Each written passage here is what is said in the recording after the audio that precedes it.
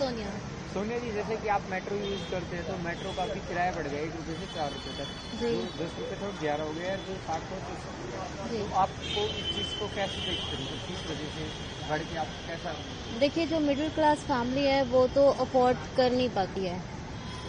Metro station का ये जो किराया वगैरह होता है ये अफोर्ड नहीं कर पाती है। कुछ लोग होते हैं जो अफोर्ड कर लेते हैं, कुछ लोग होते हैं जो नहीं अफोर्ड कर पाते हैं।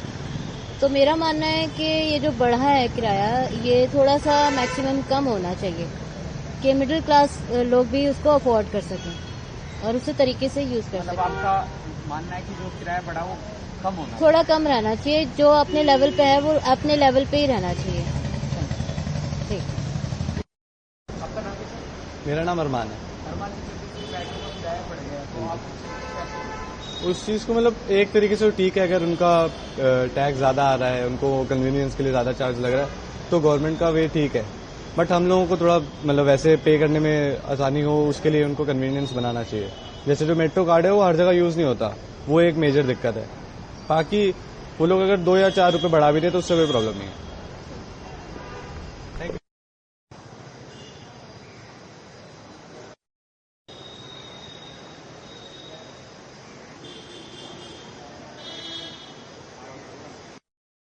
सर, आपका नाम क्या है?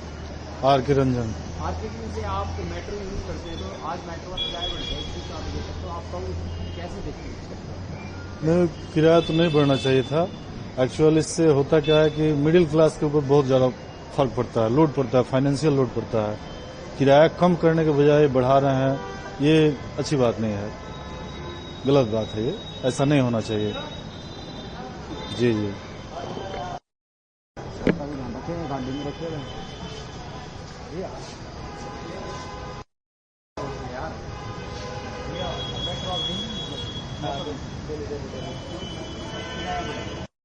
सर, आपका नाम क्या है? सतीश कुमार। सतीश जी, जैसे कि आज मेट्रो का किराया बढ़ गया 107 रुपये, तो आप उस चीज़ को किस तरीके से देखते हैं? उसके साथ उतनी फैसिलिटी भी होनी चाहिए मेट्रो में ना।